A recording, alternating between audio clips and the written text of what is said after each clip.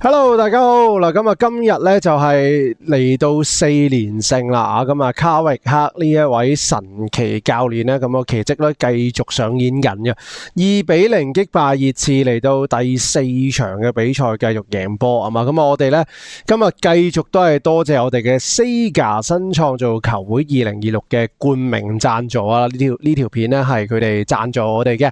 咁就嗱，Sega 新創造球會2026咧呢隻遊戲我同大家玩過一次噶啦，咁啊我繼續自己都有玩落去啦。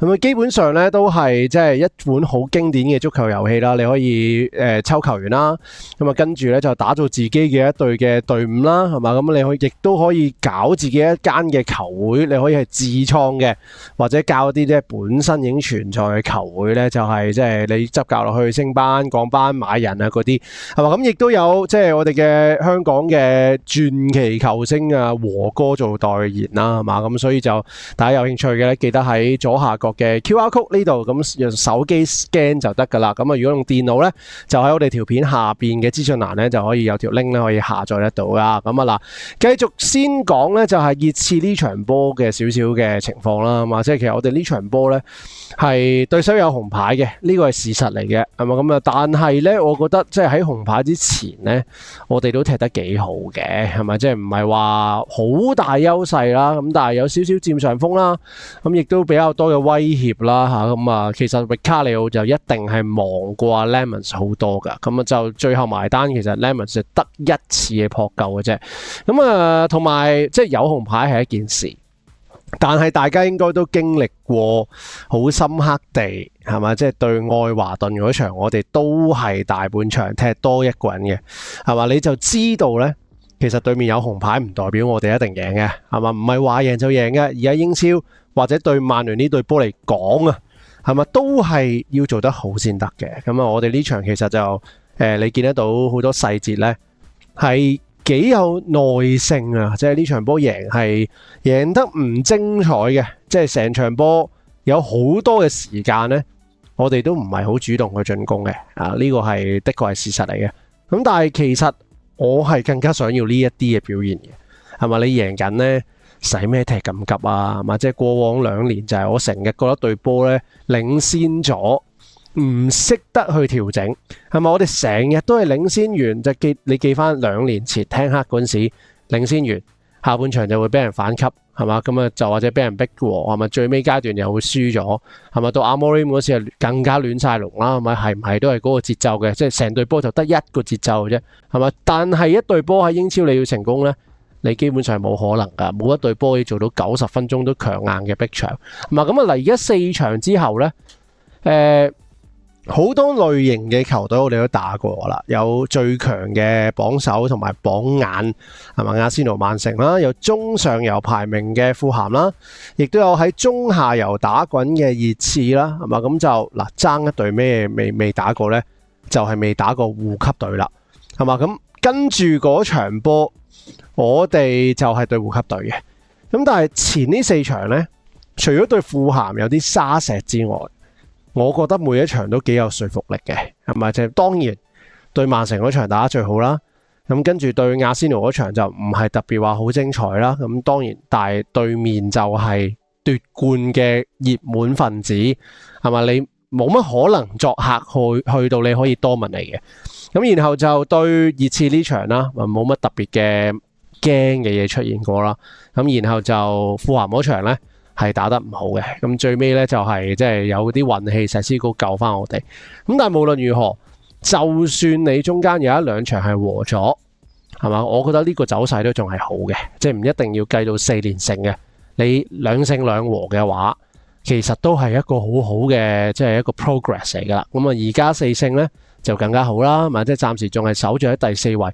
咁我哋其實基本上都可以肯定咧，由掙扎嗰個歐戰席位啊，而家呢，我哋係去到一個現實嘅地方，係可以爭歐冠嘅，係咪？唔係爭歐冠嘅冠軍啊，係爭歐冠嘅席位，係咪？呢個係的確已經係變咗噶啦，係咪？咁接落嚟而家呢一場對韋斯咸就有啲考驗啦。嗱，一方面就係我啱啱所講未對過護級隊，咁亦都有另一方面呢，就係呢次係一周雙賽嚟嘅，休息上就得， 2日幾3日嘅啫。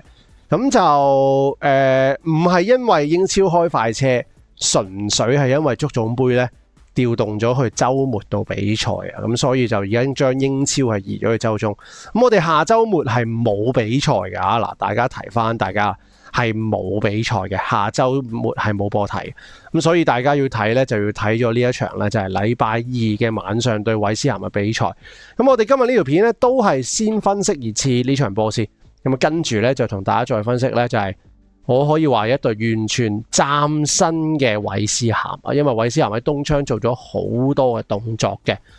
好啦，我哋先就係講上一場嗱，熱刺呢場波咧個排兵布陣應該大家而家都唔會太多討論嘅啦，因為前嗰3場其實我哋基本都係原陣嚟嘅，係咪？係多股傷咗，我哋被逼咧就換另一個人落去嘅啫。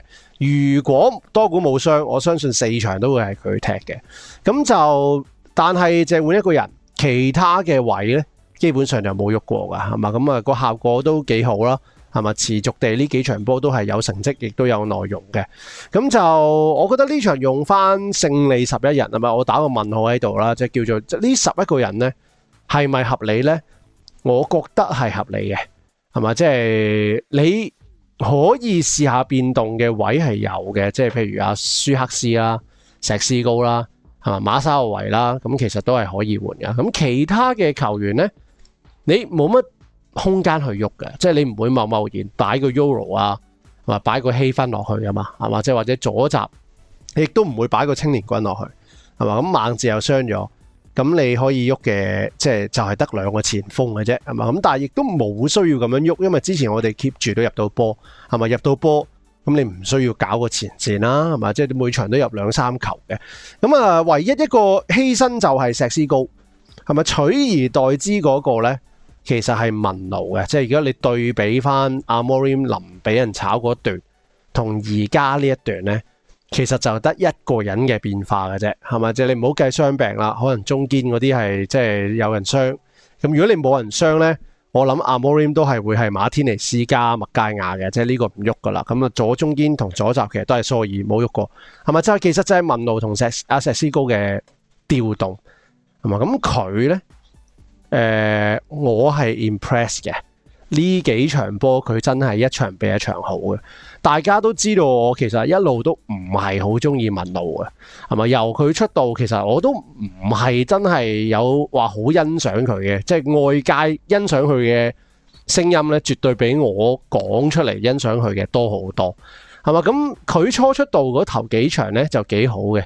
跟住我好快已經覺得佢就好模糊㗎啦，因為唔知點樣用佢，係嘛？咁佢做到嘅工作又唔係太多，因為足球場上邊你唔係咁容易揾到個位去俾佢發揮，係咪？佢能力喺度㗎，咁但係你真係唔知點樣用佢。而呢幾場呢，我係第一次認可佢嘅發揮嘅。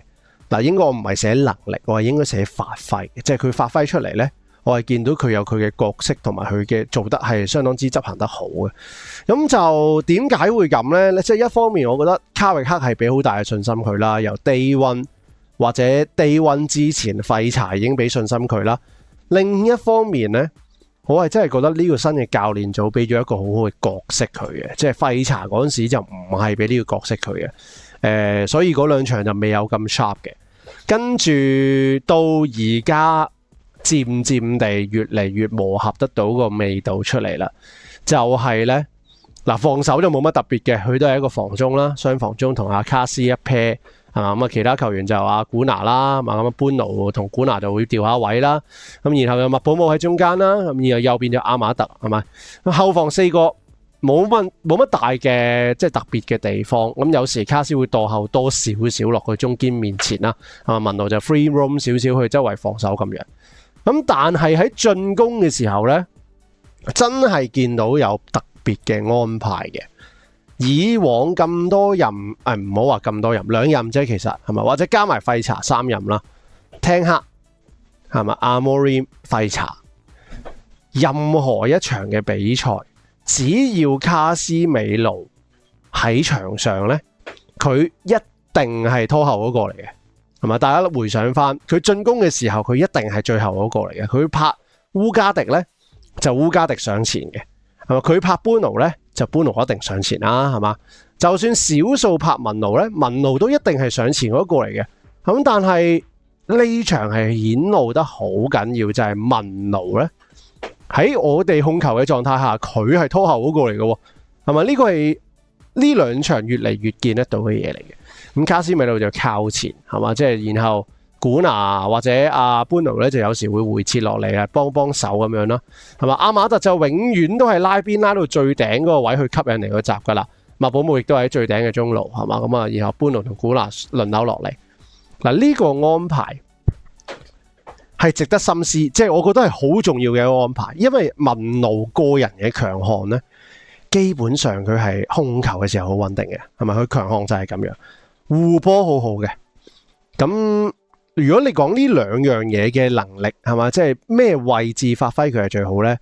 咁應該係6號位嘅，係嘛？因為6號位就通常都係最孤獨嗰個人啦，係嘛？即係你一個人拖後，咁你身邊嘅隊友唔係好多嘅啫，你同前線 connection 比較遠啲嘅，你一定要鎮定，一定要護波好嘅，係嘛？唔可以容易俾人打荷包，如果一打荷包就會俾人面對後衛就好緊要，好危險噶啦。係嘛？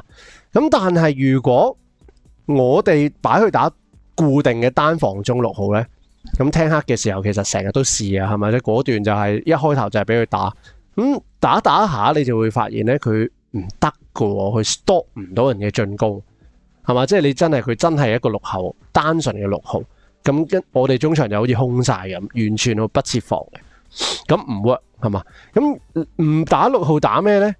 咁就試過打10號啦，係嘛？我嘅建議本身我都係覺得佢打10號係比較好啲，即係唔係話完美嘅，就只不過你打防中真係實在係太過唔可靠，係嘛？咁打攻中咧都有用嘅，係咪？佢控球穩定鎮定，咁佢喺攻中嘅位置禁區邊嗰啲做組織啊，或者狹小嘅空間冇咁容易失，咁亦都可能可以自己扭到啲嘢空間出嚟，可以射下波咁樣，亦都有入過波嘅。係嘛？咁但係佢打攻中嘅問題咧，你又會覺得佢嘅爆發力咧就唔係好夠，係嘛？佢遠射咧就冇咩力嘅，係嘛？佢一定要入禁區或者禁區邊嗰啲，你先會係戳到遠角啦。硬抽正面嗰啲佢唔得嘅。咁然後 key pass 咧又唔係話好活躍地可以做到啲創造型嘅嘢出嚟喎，係嘛？創造力唔係好高。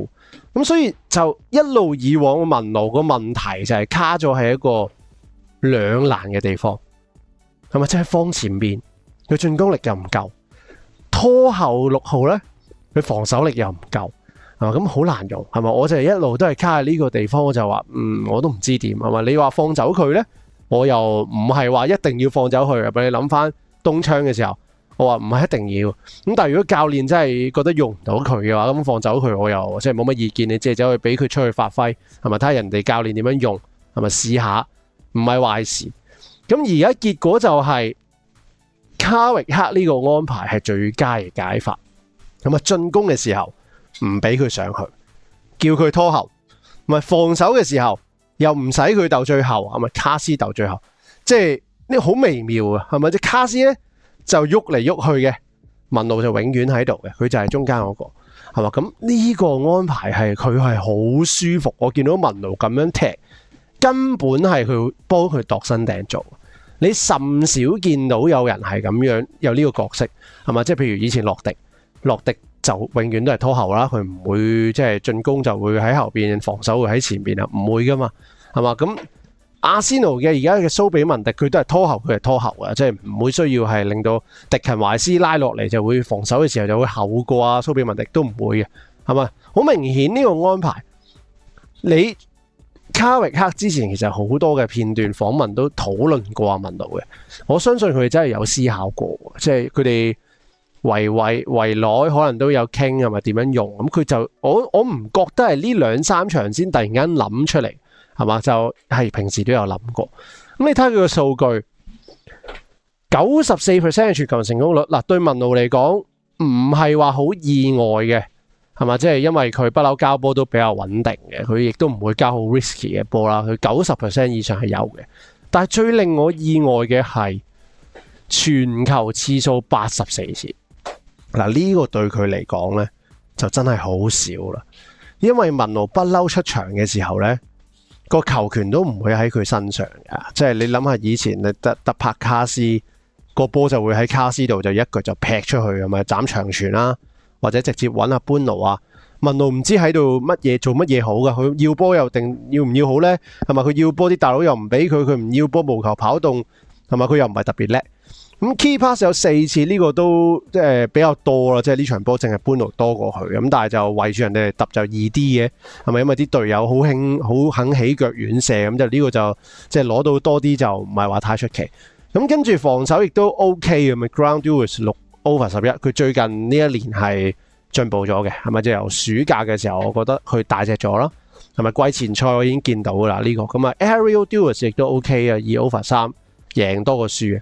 咁啊 Tackle Interception 唔係太多，解圍唔係太多， Ball Recoveries 唔係太多，唔緊要，因為呢場波我哋控球率非常之多啊嘛，冇乜機會係話真係要防守嘅，熱刺冇乜上過嚟嘅。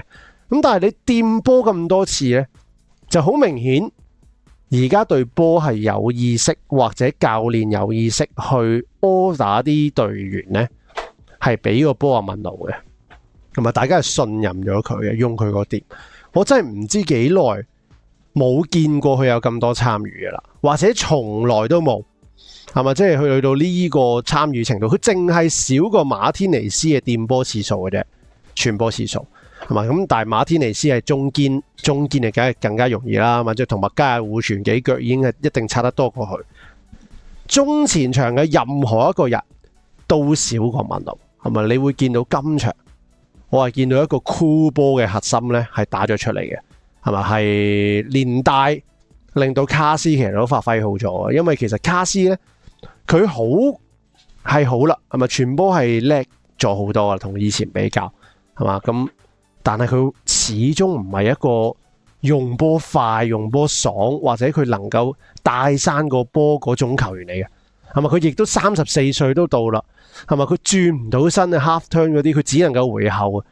所以你解放咗唔使阿卡斯做呢樣嘢，因為進攻嘅時候佢可以上前，佢就上前做翻一啲佢能力上邊係舒服嘅嘢，就喺禁區頂度射波，係咪？禁區頂度打啲 1-2 啊，chip 啲過頭波啊，係咪？佢而家好耍家噶呢樣嘢，佢踢得都好舒服噶。係咪嚟到呢啲位，卡斯接應班奴嘅橫傳，再打多腳 1-2 俾麥保姆，係咪？呢場波佢好多呢一啲波喺禁區頂度參與，係咪？射波亦都相當之多。你睇佢今場嘅數據啦，傳球成功率84就 OK 正常啦。卡斯傳波都有76次，但係有52次喺人哋個半場啊，唔係喺後邊猜噶，佢好多都喺前邊猜嘅，係咪？佢真係上咗去做進攻嘅中場。Key pass 有2次，射波有4次，中3次籠，全隊最高，係嘛？咁啊 Ground Duels 就差啲啦，即係呢場我覺得佢 hea 地嘅。其實呢啲防守佢覺得 OK 咁，佢冇下下埋到盡嘅，可能都收到 order 係要留力啦，係嘛？即係2-3日後又係要再比賽嘅，咁所以呢場佢冇去到盡，係嘛？個防守數據亦都係同啱啱一樣啦，冇乜大嘅需要做防守嘅。我認為呢場最後網友其實又係投咗阿卡斯嘅，咁就連續2場都係佢攞 MVP 啦。咁但係就呢場其實冇之前嗰2場咁好嘅，佢係射波射咗好多，咁可能同埋博到個紅牌啊，幫佢加咗分啦，係嘛？咁但係就我覺得佢都係揾到一個比較特別嘅角色，就係因應文奴同佢咁一 pair 中場呢係分工做得好好，咁然後因為你後邊做得好好，班奴係唔需要翻嚟嘅，係咪？你見到班奴呢間中翻嚟呢，就係佢嘅自由嘅啫，就唔係因為對波運到個波上去，係咪？因為你如果而家文奴能夠避到人哋嘅逼搶，咁卡斯唔使掂太多艱難掂嘅波，係咪？兩邊呢又有麥保姆、阿馬特，係嘛？古拿個個都能夠可以箍到波，你交個波去邊度呢？唔再係古拿會自己獨食爆落去失咗個控球，係咪？佢而家冇咩特別嘅機會呢，佢唔會做嘅。咁就多數都係經阿馬特或者經阿麥保姆，係咪？佢哋好穩陣。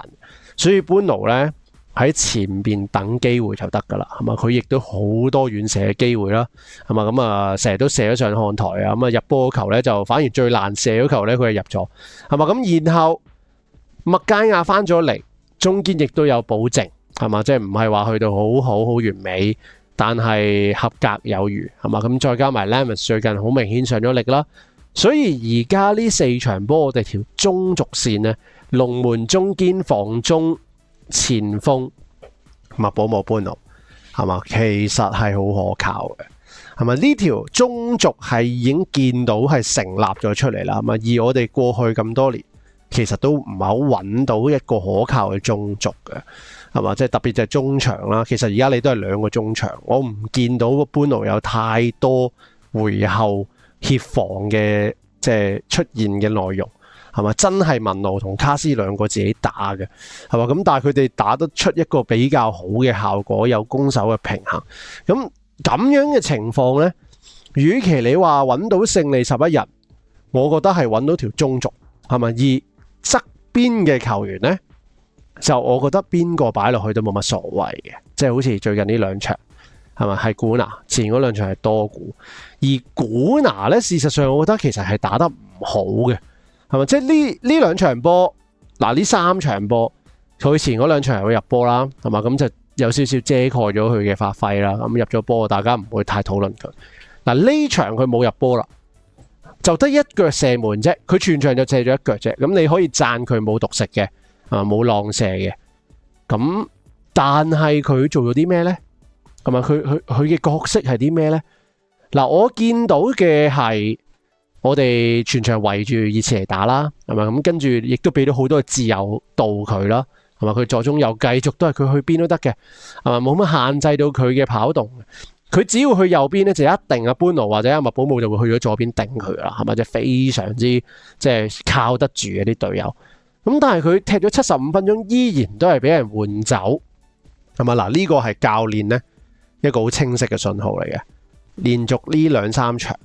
基本上你要諗換人嘅時候咧，都係會換走古拿先嘅，係嘛？就唔會喐麥保姆，唔會喐阿馬特，亦都唔會喐般奴，係嘛？即係呢個喐就可能最尾幾分鐘換佢哋落嚟係即係保留下氣力又好，或者俾佢哋接受下掌聲嘅卡斯啊嗰啲，係咪？但係真正嘅 tactical 嘅 decision 換人，古拿係俾人換嘅第一個，係咪？咁佢75分鐘。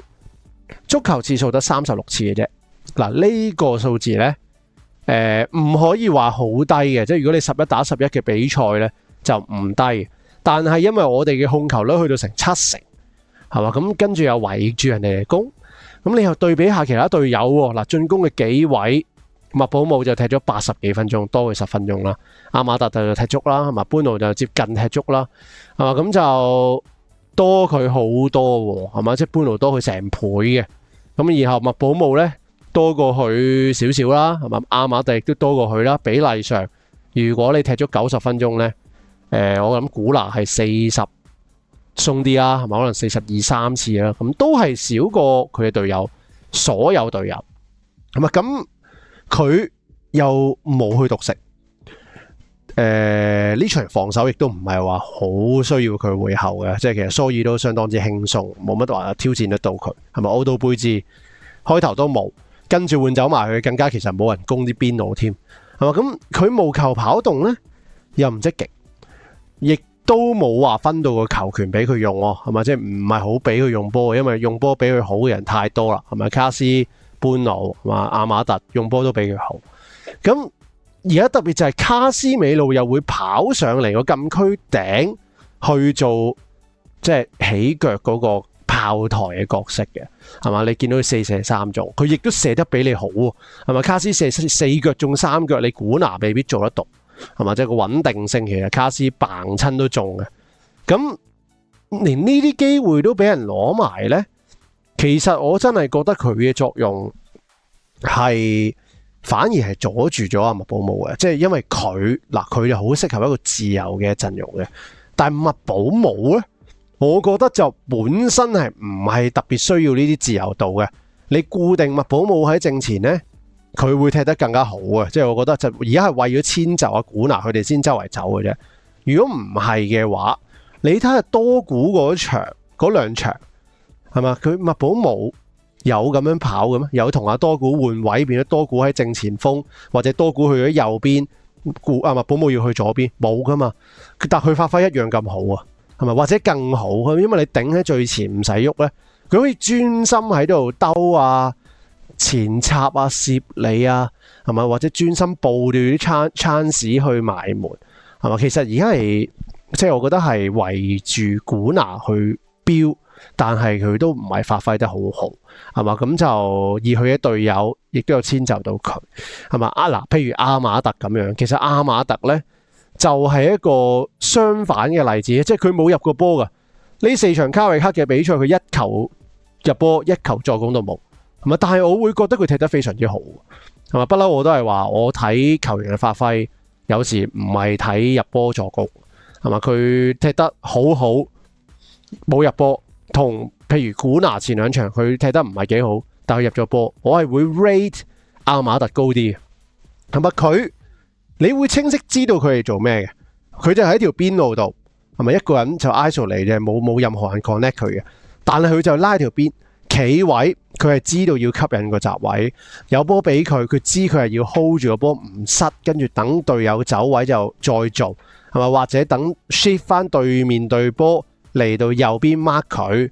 再轉個波過去蘇爾度，再轉個波過去古拿嗰邊食糊，係嘛？咁達洛其實我即係個講過啦，上場波條片話，而家我哋個陣容攻擊嘅時候係3-2-5，基本上唔會上去嘅達洛，係咪？可能一場佢先上2-3次嘅啫，係冇人幫阿馬特嘅，係嘛？咁仲要回後幫阿達洛防守添，所以其實即係個平衡上邊攻守之間嘅平衡呢。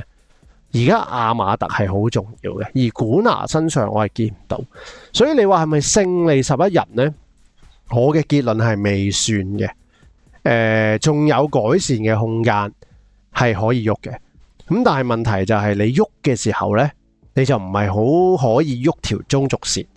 如果你喐咗條中軸線，譬如石斯高擺咗落去中鋒度，變咗麥寶武唔係中鋒，咁樣嘅話呢，就可能係會破壞到嗰個發揮都唔出奇嘅，即係我覺得比較機會係大，但係你又唔能夠塞阿石斯高落去打左翼噶嘛，係咪？佢又做唔到，所以而家係尷尬就在於呢，你係有人喺個後備席度嘅，咁但係暫時又唔係好能夠容許得到，因為嗰啲後備嘅人呢，就係打中軸線嘅位置，係咪？你唔可以貿然塞個烏加迪落去代阿卡斯美路，係咪？或者塞個 Lenny Yoro 落去代替馬天，係咪？希芬代替麥加亞。佢哋都未必會做得翻一樣嘅水平，咁但係邊路係可以嘅，咁但係暫時我哋邊路嘅後備就唔多，係咪？咁嗱，同埋今場嘅破密集，我覺得其實唔係話做得好好嘅啫，26球嘅射波係咪好似好多啦，9球係中籠嘅好似好多啦，咁但係就其實我哋入波球其實源自角球嘅戰術嘅，係咪？即係般奴開出嚟，文奴打一腳去到麥寶武度射得好靚，好似放個波入網咁樣啦。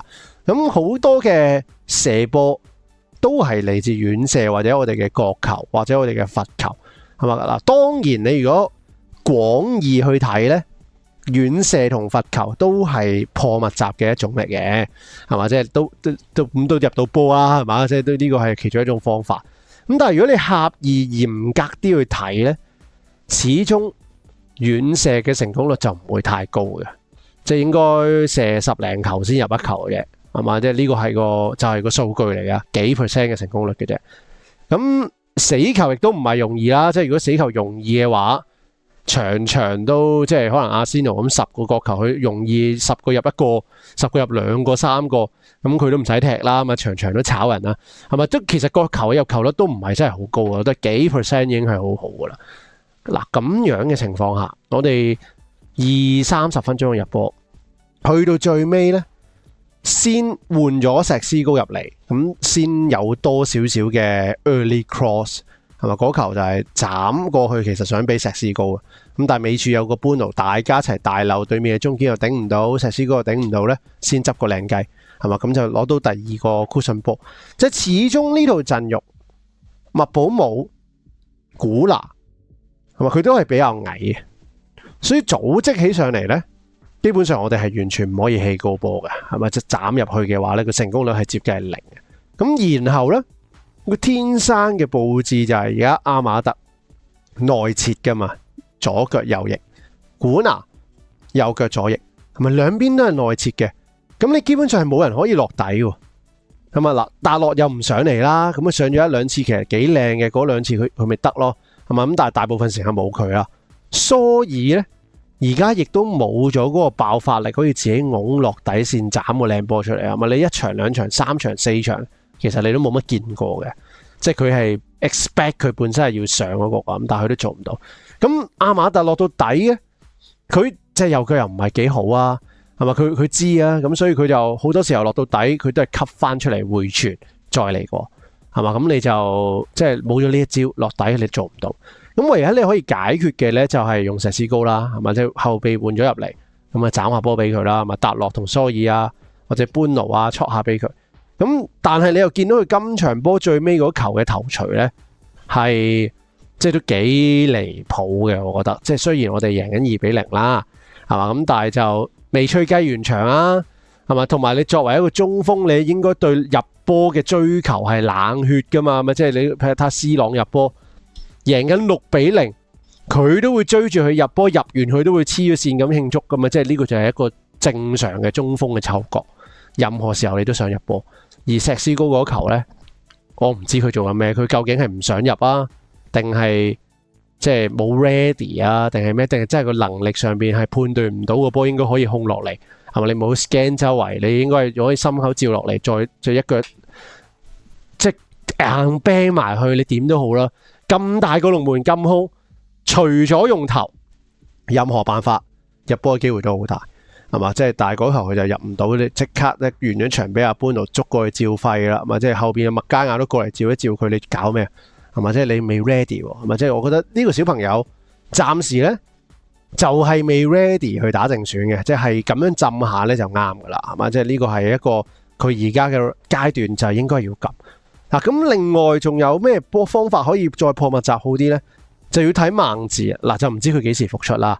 咁但係佢如果喺度呢，正選又未必有噶啦。但係後備入嚟呢，佢嘅無球跑動同埋即係佢有一啲佢先有嘅嘢嘅，係咪？佢每一下呢，佢都係揾位向前插嘅，係嘛？即係佢一走呢，隊友就多個選擇。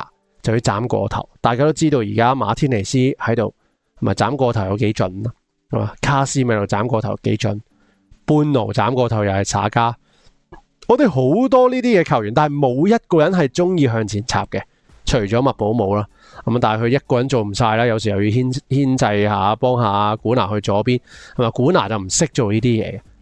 咁如果有孟治係有機會，咁然後最後嘅希望咧就係等阿多古復出，係嘛？佢呢？點解佢咁重要呢？唔係因為佢嘅能力好高，係咪？或者佢技術好好啊，好勁。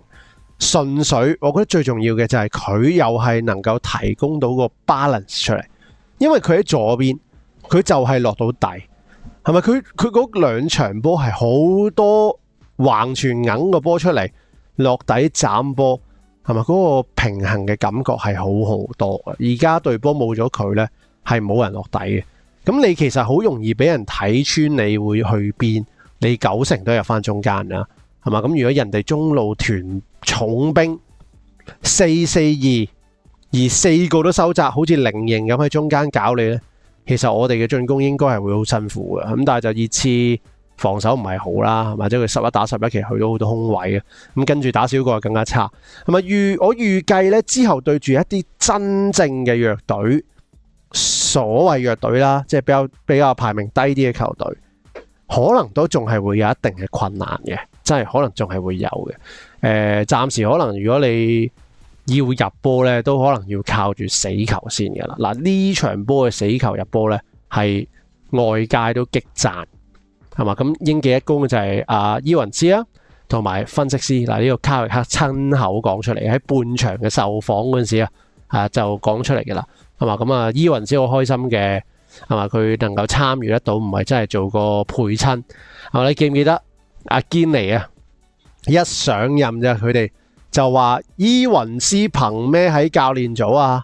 係嘛？佢話佢上個月先去緊度假，唔知喺邊度同我哋飲緊啤酒、食緊西瓜啫喎，係嘛？即係佢就喺度不斷咁質疑。嗱，呢下我覺得卡域克係專登幫伊雲斯講説話。咁但係當然呢，就係要係真係佢搞出嚟先得啦，或者佢唔可以空口作個古仔出嚟話係佢啊，如果咪一定有人爆你話唔係嘅，係嘛？咁伊雲斯係嘛？你經驗可能唔係好夠，咁但係你有嘅係時間，係嘛？你有嘅係經驗，就係喺球員嘅經驗，你有嘅係腦袋，你大家都知伊雲斯其實球商係相當之高，係嘛？咁呢方面幫到手，其實亦都係對曼聯嘅一個好大嘅幫助，係嘛？即係死球嘅教練呢，其實都係要好緊要嘅，呢個年代死球係非常之重要。係嘛？咁跟住就到韋斯咸啦。韋斯咸呢，就正係我啱啱所講嘅真點弱隊，係嘛？真正嘅防反球隊，好典型嘅英式嘅球隊，係嘛啦？亦都係佢嘅教練啊，紐奴亦都係最防反嘅代表之一嚟噶啦，係嘛？咁你對比富咸同熱刺呢，其實佢哋嘅控球率係遠遠再低一段嘅，係咪？因為曼聯我哋可能就係50幾啦，咁其實富咸熱刺都係低過我哋少少嘅啫，佢哋都5字頭嘅。韋斯咸係42.9，佢係排緊尾二嘅，係咪？即係佢係全英超嘅控球率係排尾二嘅，咁你就會知道我哋將會迎嚟一場乜嘢嘅比賽，係咪？佢一定係縮喺後邊。嗱，雖然成績而家睇落去我哋好弱啦，咪排第18。降班就都未必一定嘅，即係仲有得爭，因為森林列斯聯啦都唔係太好啦，或者跌緊落嚟嘅。咁佢哋上緊去嗱，入31球就排第13嘅，佢哋功力真係唔差㗎，即係佢中游嘅功力嚟嘅。但係失波就非常之多，係嘛？即係依家25場失咗48球，場均幾乎接近2球，係嘛？咁啊排尾二嘅，失波係真係相當之多。咁但係呢個嘅 record 咧，就唔可以完全反映到韋斯咸嘅實力㗎，因為韋斯咸呢係喺9月尾嘅時候換咗紐奴啦，係嘛？咁啊之前係博達啦，你會見到其實睇翻個 record 呢，佢呢40幾球波，48球有13球呢係喺前5輪已經失咗噶啦，係嘛？咁就其實前5輪呢係好恐怖噶，5場波失13球，而5場波只入咗5球。係咪就場均入1球就失2.6球，咁所以博達俾人炒咧就好合理嘅，係咪係炒得啱嘅？咁跟住紐奴接手之後呢20場波咧，佢就入咗26球。嗱，場均入波係多咗0.3嘅，係嘛？即係變咗1.3。失波咧20場失35球，係跌到落去1.75嘅。嗱，由2.6跌到落1.75，你就會知道其實而家韋斯咸呢20場波咧係唔係真係咁差嘅？嗱，得失球都係負噶啦，係咪負9球？但係負9咧就唔係一個好差嘅記錄嚟嘅，係唔應該喺降班區嘅。即係如果紐奴教落去，由頭教落去咧，佢而家應該係喺我諗14、15位就咁上下噶啦，因為得失球。即係負，如果計25場負，可能負12、13咁咯，係嘛？都唔係一個好誇張嘅好差嘅成績。咁啊，佢教咗之後，亦都唔係一帆風順啦，有啲波動啦，係咪？接手初期贏過1兩場，和過1兩場，跟住輸嘅。咁佢都要啲時間去適應下呢隊波，同埋摸索下，係嘛？你明顯見到佢摸索完呢，而家最近呢5場係狀態明顯回升得好緊要嘅，係嘛？因為之前好多場都冇贏。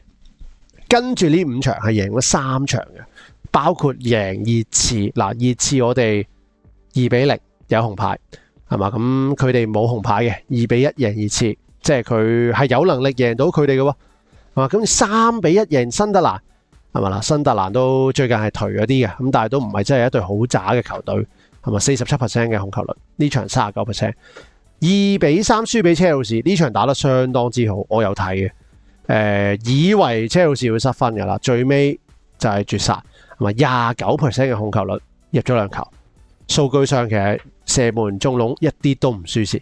然後最近呢場就係2-0贏咗般尼，48% 嘅控球率。嗱，呢個就係天下間控球率最低嗰兩隊波嘅對碰嚟嘅，般尼就係最低嘅，咁佢就係即係第二低咁啦，所以就係即係大家見面嘅時候就差唔多5波，但係韋斯咸都係低過般尼啊，係嘛？即係48% 嘅控球率。嗱，車仔嗰場，安素費蘭迪斯最尾先絕殺，其實係真係搞到佢哋都爭啲瀨嘢噶啦。韋斯咸嘅戰鬥力係強嘅，最近我覺得佢哋一啲都唔渣，係咪？即係因為可能經過一段時間嘅 trial， 佢哋最後而家係轉咗一套固定嘅陣容，就係4-4-1-1嘅。嗱，之前佢打咗好多嘢，3-4-2-1啊，4-3-3啊，4-4-2啊。乜都打過啦，要用保雲打前鋒，單前鋒又試過，保雲打雙前鋒又試過。嗱，而家搞咗咁耐，最重要就係經歷咗個冬窗，將佢唔中意嘅人清走晒啦，包括帕基達，4000幾萬賣咗翻巴西，古香美1000幾萬清走咗，基道洛迪古斯直情接近免費咁踢走佢，即係之前買過嚟代阿迪勤懷斯嘅其中一個中場嘅，完全唔 work 喺英超。富卻股趕走咗，和特包斯趕走咗，係咪？即係總之就係將自己唔啱自己 style 嗰班球員啦，即係呢啲少少技術流啦，或者唔夠快嘅中場啦，係咪兩個？跟住一個英超，即係佢本身係德甲就頂得嘅，但係嚟到英超發現原來唔夠頂，跟住之後其他嘢完全踢唔到嘅富卻股，係咪？然後一個後備嘅古香美換錢，之後佢簽嘅人就肯定係佢想要嘅人嚟噶啦。葡超嘅一個中鋒副鋒柏保路喺葡超今季入咗10球波，跟住就俾佢哋簽咗過嚟啦，係咪13場入10球？意甲一位拉素嘅中鋒卡斯達蘭路斯咁呢位中鋒就喺意甲數據唔係好高嘅，2球3助攻，但係佢呢係屬於一位輔助型嘅中鋒嘅，逼搶好好啦，好勤力啦，支點啦，身材矮細但係好靈活，周圍跑動。相當之綠葉型嘅中鋒嚟嘅，咁就提高翻個 work rate，係咪？紐魯就唔需要啲 fancy 嘢，佢就要全部人勤勤力力跑，係嘛？防守又跑，進攻嘅時候又跑，跟住再簽咗個好平嘅阿達馬查奧爾啦，迪沙斯。嗱，呢3-4個買人呢係幾實用嘅，我覺得，即係呢啲係當打嘅球員，有2個、3個，再加個老少少嘅阿達馬做個輪換，係咪？亦都係佢嗰啲啦，反擊流係嘛，即跑步型嘅球員又係好適合嘅。咁亦都即係3個球員入晒正選，除咗阿達馬查奧爾就係一個後備啦。然後簡單，因為你買咗2個中鋒，係咪？加埋有 Callum Wilson 做後備中鋒，保雲就唔使再喺度搞踢前邊中間嘅位置，根本保雲係唔適合踢中鋒噶嘛，係咪？替攻嚟嘅。嗱，夠晒人啦，係嘛？咁然後左邊用翻個正嘅正翼鋒森馬維，然後你就會 feel 到好多嘢就係清晰晒，係嘛？嗱，左閘踢翻左閘，迪奧夫，係嘛？中堅馬羅班奴斯搭住迪沙斯，右閘雲比沙加，係咪唔使再搞雲比沙加踢翼位啊？又要上進攻啊？係嘛？佢唔使嘅，前面交俾保雲。左邊有即係爆得好技術好嘅森馬維，搭住一個亦係體力，即係呢個係氣袋嚟嘅迪奧夫。然後中場有個技術型少少嘅費蘭迪斯，搭住個防守硬漢蘇士，同埋前面就2個靈活型嘅跑動型嘅前鋒帕保路搭卡斯達蘭魯斯。咁啊，龍門就最近呢場換咗香曼神，就唔知佢係真正地棄用艾利奧拿定係咩啦？咁但係呢個就唔係好重要嘅，即係呢2個龍門都係有質素嘅。嗱，咁嘅情況其實係同曼聯有啲似嘅，就係由一啲複雜嘅嘢，或者一班唔係咁明確個風格夾唔到嘅，即係撈埋一碟，你炒落去嗰個戰術度呢，就大家都好似唔係好夾嘅。咁到曼聯而家轉翻啲簡單嘅嘢，係咪？就普普通通4-4-2。係嘛？就4-4-1-1，係嘛？韋斯咸又係喎，係嘛？4-4-1-1起效嗱，2隊波都係因為咁樣化繁為簡呢，係見到好大嘅改善嘅。咁曼聯，我覺得呢場都係不變應萬變，最多就換個馬沙後衛嘅啫，係嘛？就達洛就唔係話踢得好差，咁但係又都唔係踢得好，或者我覺得係可以俾阿馬沙後衛試下，同埋就呢場。叫即係休息比較少啦，或者用1-2個新嘅球員呢，都係可以接受嘅，係嘛？咁就換馬沙維啦，係嘛？或者左邊古拿我都可以接受換走古拿嘅，係嘛？可能擺舒克斯入嚟踢啦，係嘛？舒克斯都係能夠可以適應到邊度，或者可以適應得到換位嘅踢法嘅，係嘛？咁就唔需要變太多。我對呢班球員係有一定嘅信心嘅，係嘛？咁大家就鬥簡單。好似嘅，而家兩隊嘅陣容同埋打法亦都好似嘅，係嘛？邊路嘅球員就係用嚟食糊嘅，係嘛？就中間嘅就未必真係話太過係輸出型嘅，咪般奴又唔係用嚟入波，雖然佢今場入咗，係嘛？咁兩個防中呢，又係一個技術型啲嘅，一個防守型啲。咁樣打我係覺得可以嘅，因為我對我哋嘅球員嘅質素，我認為都係稍為高過韋斯咸少少嘅。即係相對上好啲，係嘛？咁啊平均啲。對面嘅球員可能有啲新嘅其他聯賽嚟嘅球員，經驗係爭啲。咁所以咁樣打呢，我覺得係可以嘅。但係同時亦都唔好睇小韋斯咸，因為而家呢排嘅韋斯咸，我覺得個戰鬥力係強過熱刺嘅。我覺得係強過熱刺嘅。咁所以就可能同富咸好接近，係嘛？嗱，富咸係有能力搞到我哋爭啲輸嘅，係嘛？即係搞到我哋失分爭少少嘅啫。韋斯咸都一樣有咁嘅能力，所以我哋絕對唔好睇小對手。呢場贏唔贏到我都唔係好肯定，係嘛？咁啊，所以就希望大家繼續支持下禮拜二嘅凌晨，好嘛？咁啊，今日講到呢度，我哋直播再見，拜拜。